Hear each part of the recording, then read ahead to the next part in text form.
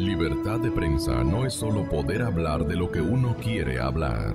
Es poder hacerlo sin represalias ni hostigamientos.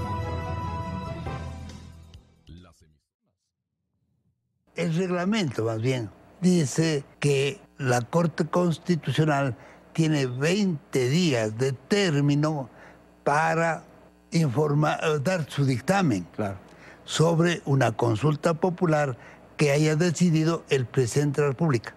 El Consejo, la Corte Constitucional no emitió ese dictamen, pese a que habían transcurrido más de 20 días. Ya eso bastaría para destituirle, porque no ha cumplido su función. Mire usted, no sé ciertamente quién tiene la razón. El pueblo ecuatoriano que manifiesta su inconformidad con la integración de estas instituciones, o nosotros que respondemos al pueblo ecuatoriano y hemos sometido a evaluación a todas estas instituciones con las que el pueblo ecuatoriano está inconforme, porque ellos deberían presentarnos y vea, aquí el país está conmigo, hemos hecho una labor patriótica, limpia, que el pueblo agradece, y aquí están los miles de ecuatorianos que apoyándonos, respaldando.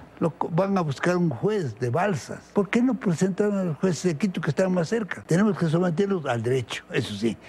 Toda institución en el Estado de Derecho tiene que actuar de acuerdo con normas jurídicas. Claro. Pero las normas jurídicas, ¿cuáles son en este caso? La Constitución y las normas jurídicas que nosotros hemos expedido para cumplir nuestra función. Las otras no designan. Lo que forma es parte de los órganos que intervienen en la designación. Que son esas comisiones especiales que van a designar. Así es.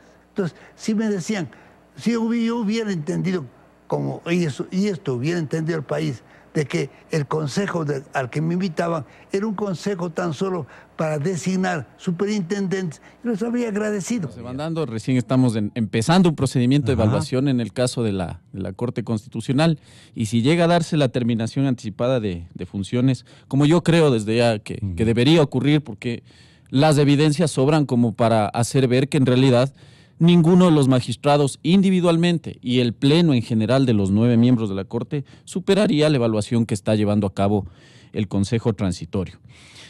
Luego, se sigue discutiendo, yo creo de manera inútil, si es que el Consejo Transitorio tendría esta facultad o esta atribución de evaluar y, de ser el caso, terminar anticipadamente las funciones de los miembros de la Corte Constitucional. Y se han acudido estos argumentos, yo diría, ahora sí, absolutamente exégetas, legalistas, unas interpretaciones realmente estrictas de la ley, de la Constitución, para argumentar que esa competencia no existiría en esta materia. Y yo le diría que habemos quienes sostenemos lo contrario.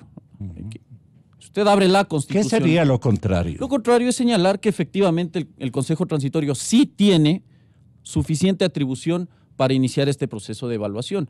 Atribuciones que no solamente gozan, como ya bien escuchamos, de boca del doctor Trujillo, de un respaldo popular absolutamente amplio y además súper claro, porque acá se está leyendo el anexo 3 de la consulta popular sin leer la pregunta.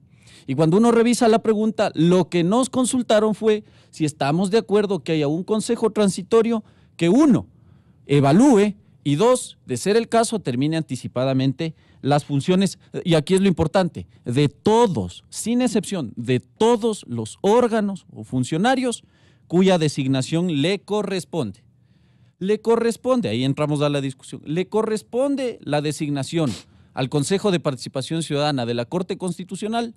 Bueno, si uno abre la Constitución y la lee de manera antojadiza y aislada, pues uno va a encontrar que en realidad el Consejo de Participación Ciudadana no designa a nadie, como bien indicaba ayer el doctor Trujillo, porque lo único que hace el Consejo es recibir las listas de quienes han ganado los concursos de méritos y oposición.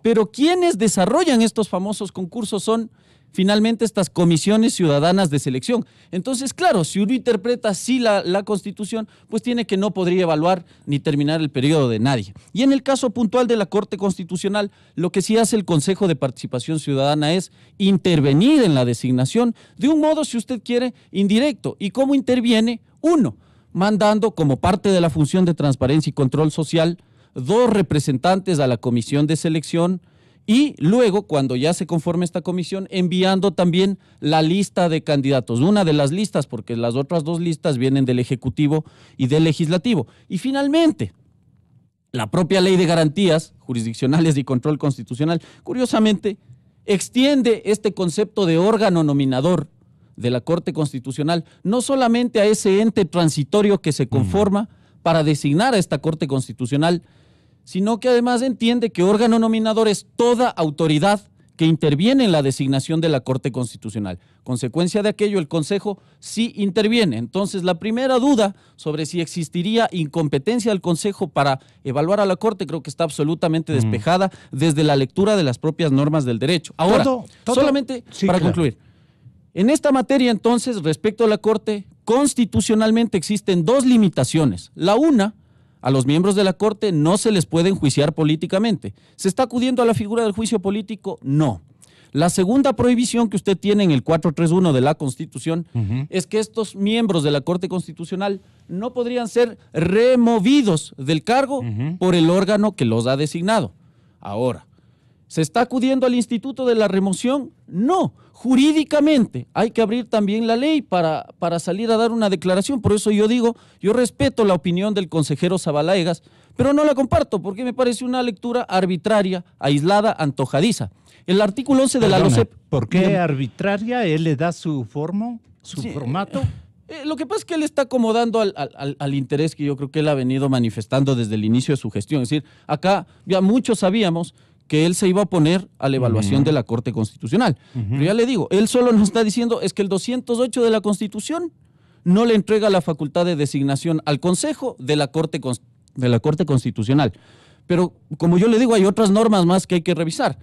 El Consejo estaría con este procedimiento de evaluación superando la prohibición de remoción a la Corte Constitucional. No, porque jurídicamente la palabra o el instituto de la remoción no significa lo mismo que dar por terminado de modo anticipado el periodo de funciones, en este caso de un órgano colegiado como la Corte Constitucional. Si usted acude a la Ley Orgánica del Servicio Público, el artículo 11 nos aclara todas las dudas. ¿Cuándo se presenta la figura de la remoción? Un funcionario es removido del cargo cuando ha incurrido en una inhabilidad que le impide, más bien dicho, desempeñar esa función pública. Está el Consejo Transitorio en su resolución de inicio de evaluación argumentando que se pretendería remover a algún miembro de la Corte por incurrir en una inhabilidad. No, se está ejerciendo una facultad extraordinaria que se le ha conferido a través de un mandato popular. La terminación anticipada de funciones eventualmente deviene de eso, del mandato popular, y a eso se está teniendo el Consejo Transitorio. Esos son sus límites. Y finalmente, usted tiene un régimen transitorio de la propia Constitución, cuyo artículo 25 nos aclara y nos despeja cualquier duda adicional. ¿Qué decía el régimen transitorio del artículo 25? Que el Consejo de Participación Ciudadana interviene, además, dictando las normas que se debían seguir para el concurso y designación de los miembros de la Corte Constitucional. Creo que la mayoría de constitucionalistas que han acudido a los medios de comunicación, de juristas, no todos digo, hay excepciones y hay que respetar esas diferencias, pero la mayoría coincidimos en las líneas centrales de lo que acaba de indicar Ismael. Es decir, si uno efectivamente examina los argumentos de las distintas posiciones, las normas que se invocan, la mayoría, digo, de constitucionalistas en el país en este momento llegan a la conclusión de que efectivamente el Consejo está actuando con competencias constitucionales derivadas de la consulta popular. Pero la pregunta que nos interesa a todos los ciudadanos en este momento es, ¿cuáles son los límites que posee el Consejo Transitorio? Sí, mire, en un Estado constitucional para evaluar, de derecho, por ejemplo, la Corte Constitucional. Así es, toda autoridad tiene límites. Todo organismo público tiene límites, ¿no? Y no estamos efectivamente en un proceso constituyente. Pero esos límites están dados en lo pertinente por el propio texto de la consulta popular, de las preguntas y anexos correspondientes, Háganos caer en cuenta, ¿en qué parte hay las limitaciones para el transitorio? Bueno, en el tema que estamos hablando, básicamente nos referimos primero a la propia pregunta, ¿no es cierto? Es decir, este consejo, primero es transitorio, fíjese, allí ya hay un límite, claro, ¿no? Y hay un tiempo máximo de 6 meses para llevar adelante este proceso. ¿Tiene plazo así descrito? Para la designación, sí, de nuevas autoridades, si las evaluaciones son negativas. Ya. Entonces, ahí hay un límite importantísimo, ¿no? Claro. Derivado de ese límite es que hay competencias excepcionales, justamente porque no se está desarrollando las competencias, digamos, generales, normales, sino otras excepcionales. Por eso hay un límite en el tiempo, porque si no, realmente el asunto podría distorsionarse. Y esto explica también por qué el Consejo, en el reglamento que expidió para la designación de nuevas autoridades, está diseñando procedimientos muy ágiles, pero bajo escrutinio público, ¿no? ¿En dónde está el escrutinio público? Bueno, me parece que esa es en general el espíritu que se está adoptando, por ejemplo, al hacer participar a organizaciones sociales, para que ellas, se entiende, públicamente manifiesten su apoyo, ¿no es cierto? Luego, fíjese usted la responsabilidad, digo yo, tan alta que está asumiendo los miembros del Consejo Transitorio, porque según esta resolución expedida la semana anterior, son ellos los que van a hacer las nuevas designaciones, en base a las sugerencias de una comisión, de comisiones técnicas de designación. Pero ellos están asumiendo el peso, la responsabilidad de hacer designaciones correctas, porque elegir a alguien para estas funciones, para estos cargos, no es cualquier cosa. Aquí ellos están, como digo yo, jugándose su nombre, ¿no? Su prestigio, como bien ayer indicaba el doctor Trujillo. Entonces, todo esto se va a hacer, digamos, también públicamente. La primera consideración que nosotros nos tenemos que plantear para señalar con claridad cuáles son los límites y las potestades que tiene el Consejo Transitorio que preside el doctor Julio César Trujillo, debemos remitirnos a los principios universales del derecho que están impregnados en todas las constituciones de las democracias del mundo entero, que es que la soberanía radica en el pueblo, cuya voluntad es fundamento de toda autoridad. Eso dice no solamente que es un principio que lo esgrimió Emmanuel Sieyès hace más de 200 años y que fue aplicado en la Revolución Francesa, sino que está literalmente positivado en el derecho constitucional ecuatoriano, encabeza la Constitución ecuatoriana en su artículo 1, en consecuencia. Cuando se le consultó al pueblo qué era lo que había que hacer con las instituciones del poder público que habían fracasado, la respuesta mayoritaria de más del 70% de los ecuatorianos fue que sean no solamente valoradas, sino que la intención de los ecuatorianos es que sean cesados los integrantes de esos órganos de control que no estuvieron a la altura de las expectativas y que en algunos casos hubo incluso corrupción. Por lo tanto, no solamente que la pregunta 3 y los anexos les dan estas atribuciones al Consejo de Transición, sino que les dan incluso facultades normativas, que expidan ellos normas para que se pueda concretar el propósito al que aspiramos la gran mayoría de los ecuatorianos. Ellos pueden hacer todas las valoraciones. Ahí hay alguna discusión que alguien planteó respecto a que solamente podían evaluar y potencialmente cesar a los órganos de control que habían sido designados por el Consejo de la Judicatura, que estaba integrado por los señores que hace poco fueron cesados. No, en derecho público lo que vale es el órgano, prescindiendo de sus integrantes que son temporales, que pueden cesar por cualquier actividad. Es el órgano el cuestionado, y el órgano era el Consejo de Participación Ciudadana y Control Social, sin considerar quiénes los integraban, los que los integraron recientemente o los que los integraron antes. Por lo tanto, el doctor Julio César Trujillo y la mayoría de los integrantes del Consejo de Transición están cumpliendo el mandato del pueblo soberano de proceder a la evaluación, entre las cuales está evaluar y en el evento de encontrar responsabilidades, sancionar con la cesación, con la terminación de los periodos de los integrantes de la Corte Constitucional. El doctor Quintana se refiere con todo acierto a que el encargo que hemos depositado los ecuatorianos en el Consejo de Transición es un mandato de sección, de privilegio, extraordinario. Por lo tanto, todo lo que está haciendo está bien, pero solamente le voy a poner un ejemplo respecto de por qué es necesaria la revisión de las actuaciones de la Corte Constitucional. La primera consideración es porque no solamente la Constitución establece que el Consejo de Participación integra este famoso quinto poder, la función de transparencia y control social.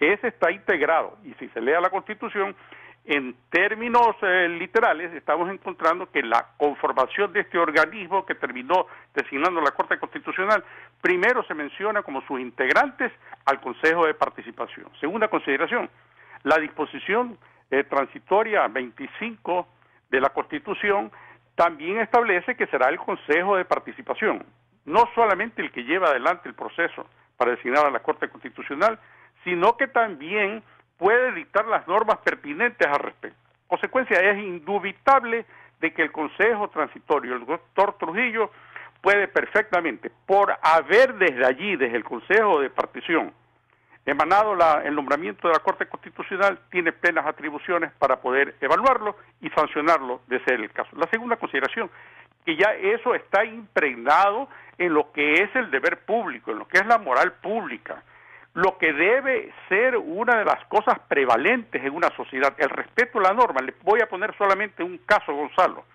Universalmente a la Ley Orgánica de Comunicación del Ecuador se le dio el remoquete de ley mordaza. Human Rights Watch, todas las instituciones extraordinarias a nivel internacional, la Comisión Interamericana, la Corte Interamericana, la propia Convención Americana sobre Derechos Humanos, es decir, obligaban a que se aplique lo que se llama el principio de convencionalidad, es decir, que las normas internacionales que provienen de la Convención Americana sobre Derechos Humanos y los fallos de la Corte Interamericana son de aplicación directa en los países parte. En este caso el Ecuador, yo fui el abogado patrocinador de la demanda contra la Ley Orgánica de Comunicación. Era evidente que esa ley contradecía no solamente la propia Constitución, sino todos los instrumentos internacionales que garantizan los derechos humanos, que en el Ecuador se los reconoce con rango de prevalencia. Sin embargo, de lo cual la Corte Constitucional desestimó la demanda y hizo unas pequeñas, lo que ellos llaman modulaciones, que es una forma de tomarle el pelo a la gente. Por lo tanto, solamente para mencionar ese caso, sin nombrar en los muchísimos casos, por ejemplo, retardo en la administración de justicia, que es uno de los principios cardinales que establece la Constitución. Ahí hay casos en la Corte Constitucional que se resuelven después de 7 y de 9 años. Y hay otros casos en los cuales, por intereses de cualquier naturaleza, no guardan ni siquiera una resolución en orden cronológico por sus ingresos, sino que se los atiende casi de inmediato. Es decir, se ha infringido por parte de la Corte Constitucional mandatos constitucionales que hacen obligatorio que el doctor Julio César Trujillo y los otros comisionados procedan a la valoración de las actuaciones y también a la cesación de los magistrados que no han cumplido con su obligación. En un Estado de Derecho no existe funcionario público que no responda civil, penal y administrativamente por los actos u omisiones desempeñados en el ejercicio del cargo. Eso está elevado a norma de rango constitucional, que parece que al consejero Zavala y a quienes se oponen a la evaluación de la Corte se les está olvidando. Artículo 233 de la Constitución, clarísimo. Si usted me dice que tenemos en Ecuador una Corte Constitucional que no puede ser tocada por el Parlamento a través de juicio político, que no puede ser removida por el órgano que lo designa, que ha dañado, que ha hecho lodo y agua su propio sistema de control interno entre los jueces, porque hay ciudadanos que han presentado sus denuncias contra todos los integrantes de esa corte por las demoras excesivas en los casos, por los fallos contradictorios, por todo ese sinnúmero de arbitrariedades. Y resulta que esos 9 jueces no convocan a sus alternos. Sí. No, pero en este último caso que pasó hace poco más de un mes y medio, no se convocaron a los alternos para que resuelva esa denuncia presentada en contra de todos los titulares. Pues bueno, el sistema de control interno administrativo no funciona.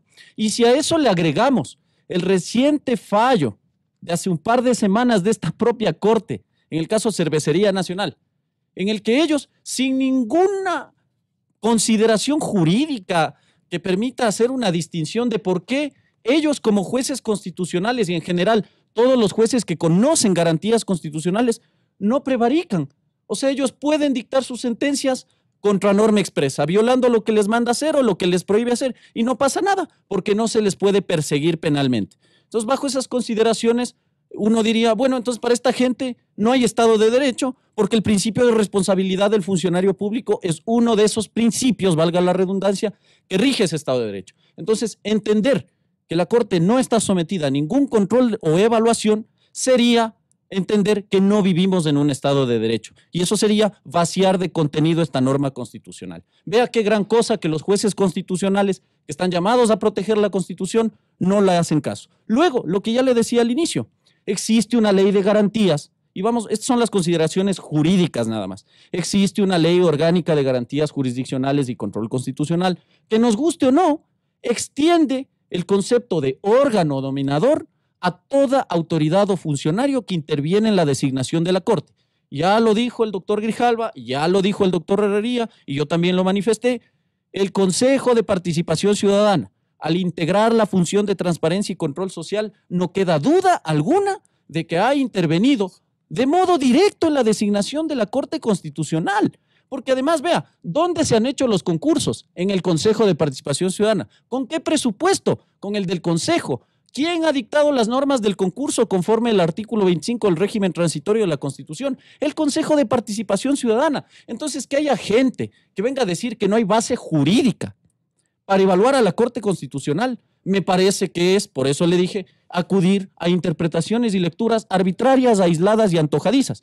Pero hay otra cuestión, porque hay consideraciones también de orden técnico que hay que tener en cuenta para este tema de la evaluación. Fallos contradictorios, evidentes y abundantes. Quienes escribimos nuestros libros, sí nos cuesta sentarnos a revisar la jurisprudencia de la Corte, porque usted encuentra que en un caso le dicen blanco y en el mismo sentido al otro día le dicen negro. Y en un tercer sentido le dicen gris. No, no es blanco ni negro, sino gris. Fallos contradictorios. Demoras excesivas al resolver los casos. Ya decía el doctor Herrería, puede ser posible que acciones extraordinarias de protección, demandas de inconstitucionalidad, que según la ley deberían resolverse en términos de meses, 3, 4, 5 meses a lo mucho, demoran en resolverse 5, 6, 7, 8 años. Inclusive acciones extraordinarias de protección de gente que las ha propuesto y cuando recibe la sentencia, lamentablemente esa gente ha fallecido. Eso tenemos de Corte Constitucional. Arbitrariedad al resolver los casos en el Pleno, porque no se resuelve en orden cronológico. Tiene usted órdenes del día cada semana en la Corte Constitucional donde se resuelven como les da la gana a los jueces. Y están pendientes casos de 2009, pero me saca casos 2017. El incremento del personal que ya decía el doctor Herrería. Y por último, yo le digo una cuestión. ¿Por qué evaluarlos? Porque hay 9 personas que han ido a experimentar con el cargo, jugando con los derechos fundamentales de las personas.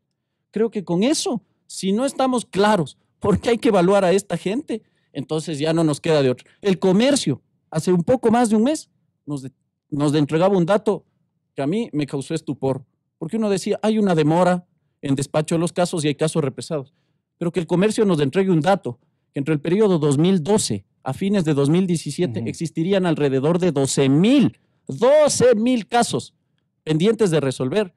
Ya me puse a temblar, sin tener en cuenta los de periodo 2008-2012 y los amparos constitucionales que todavía tienen ahí como causas pendientes del ex Tribunal Constitucional. El libro de la macrocorrupción. Sí. Y le digo una cuestión más. Al final hacíamos en la oficina un análisis de cuántos proyectos de sentencia saca cada magistrado ahora en la Corte Constitucional, con ese numeroso grupo de asesores que tienen en sus despachos y en la Secretaría Técnica Jurisdiccional.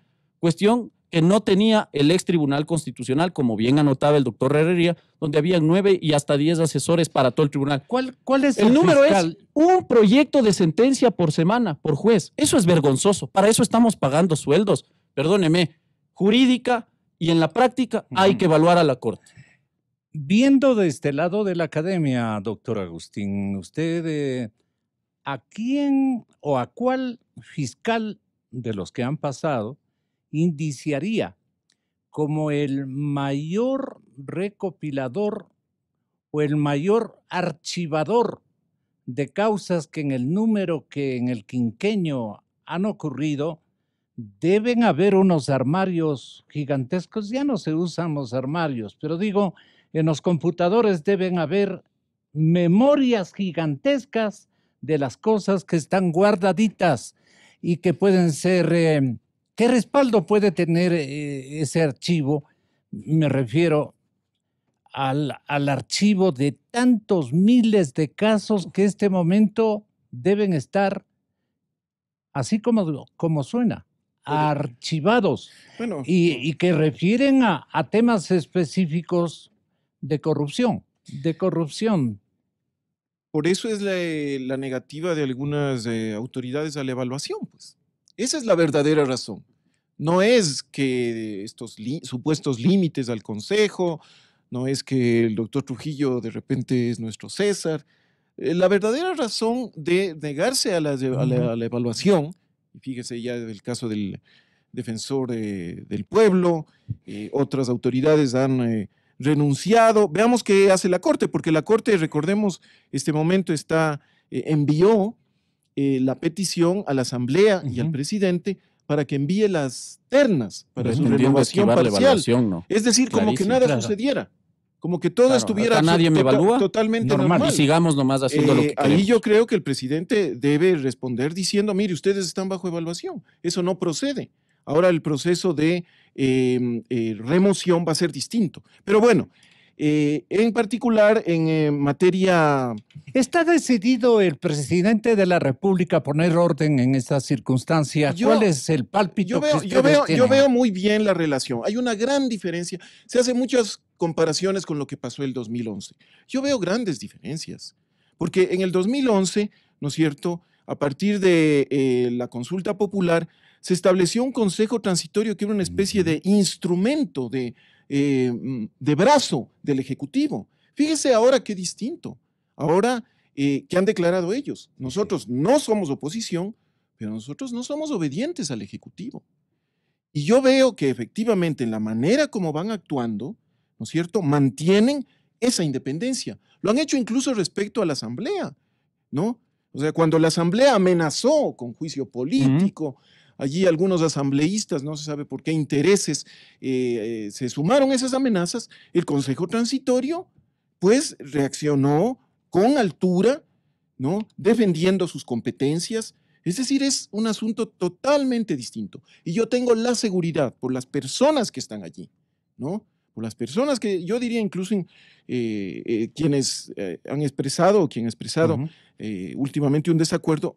Yo creo que van a ser excelentes designaciones. En esto soy optimista.